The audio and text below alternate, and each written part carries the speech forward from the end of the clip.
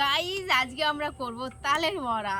এই দেখো তাল, এই তালটা সকালবেলা দিয়ে গেছে লক্ষ্মী, পড়াতে এসেছিল, ও নিয়ে এসেছে। তো তালটা আজকেই বানাতে হবে, তা নাহলে নষ্ট হয়ে যাবে, প্রচণ্ড নরম হয়ে গেছে তালটা। কত বড় একটা তাল দেখো। আর আমি না কোনোদিন তালের বড়া করিনি, আমার ভীষণ ভয় লাগছে, জানি না কি হবে। তো আমি কিন্তু বলছি না এটা তালের রেসিপি শেয়ার করছি তোমাদের, আসলে আমি কি করি সেই ভিডিওটা তোমাদের সঙ্গে শেয়ার করছি। তো প্রথমে এই যে তালের এইটা উঠাতে হবে, তারপরে তালটাকে ছাড়াতে হবে। আমি কোনোদিন তাল এভাবে হাত দিয়েও করিনি। এ তো খুলে গেছে। যা দেখি, মামা বলছে তালটা একটু ধরে দেখবে, ধরো কেমন হ্যালো। তো তালটা আমি ধুয়ে নিয়ে এসেছি, ঠিক আছে, চলো।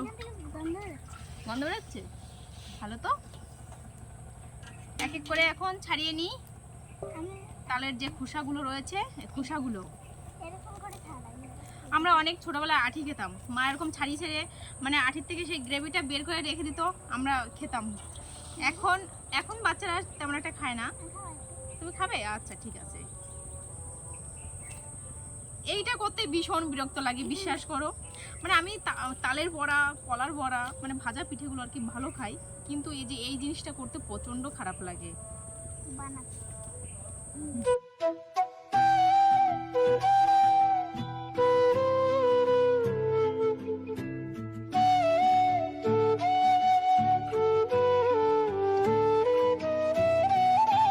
তো গাইজ দেখো, মাম্মা এখানে তাল ছাড়াচ্ছে। ওর আমার ছাড়ানো দেখে ইচ্ছা লাগছিল, তো আমি বললাম ঠিক আছে তুই একটু ছাড়িয়ে দেখ কেমন লাগে। প্রথমবার তাল খাচ্ছি, অনেক কষ্টে তালের খোসাগুলো ছাড়ালাম।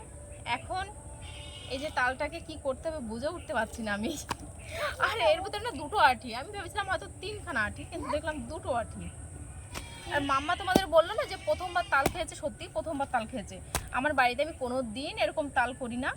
আর আমার মা দিদি তালের বড়া করে, আমাকে দিয়ে যায় প্রত্যেক বছর, সেগুলোই আমরা খাই। বাড়িতে কোনোদিন তালের কোনো কিছু আমি করিনি এখনো। আর শুধু বাড়িতে না, আমার লাইফে ফার্স্ট টাইম আমি তাল ছাড়ালাম। হ্যাঁ, আমি কোনোদিন তাল ছাড়াইনি, আর এইরকমই করিনি। তালের বড়া খাওয়ার যে এত জ্বালা, আগে জানলে বাড়িতে করতামই না। সত্যি কথা বলতে আমি কিন্তু সবার কাছে শুনে শুনে করছি।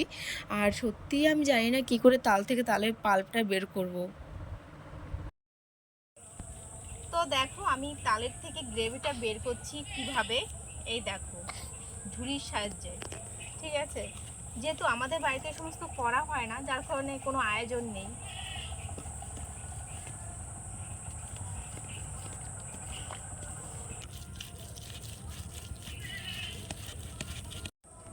তো গাইজ অনেক কষ্টে কিন্তু আমি তালের আটি থেকে যে পাল্প বের করেছি। এখন চলে যাব নিচে, বাকি উপকরণগুলো মিশাবো। চলো দেখতে থাকো। মাম্মা আটি খাবি? খাবি না? তিতো মিষ্টি না তালটা। চলো নিচে চলো। তালের বড়াটা আমি বানাবো ময়দা আর সুজি দিয়ে। তো এখন আমি ময়দাটা প্রথমে চেলে নেব, যেহেতু বর্ষার ময়দা, সবসময় এমনি ময়দা আটা চেলে খাওয়াই ভালো। আর বর্ষার সিজনে দেখবে একটু বেশি পরিমাণেই কিন্তু ময়দা আটা এই সমস্ততে পোকা হয়।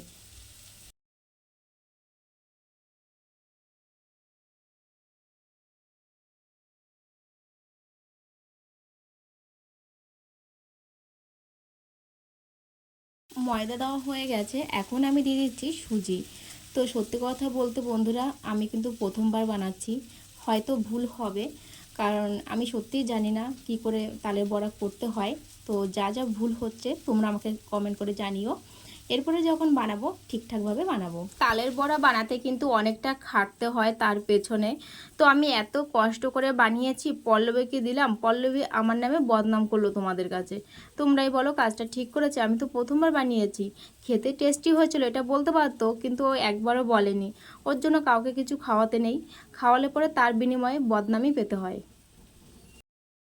অনেকগুলোই ভাজা হয়ে গেছে, কিন্তু ভিডিও করতে মনে ছিল না, তারপরে মনে পড়েছে।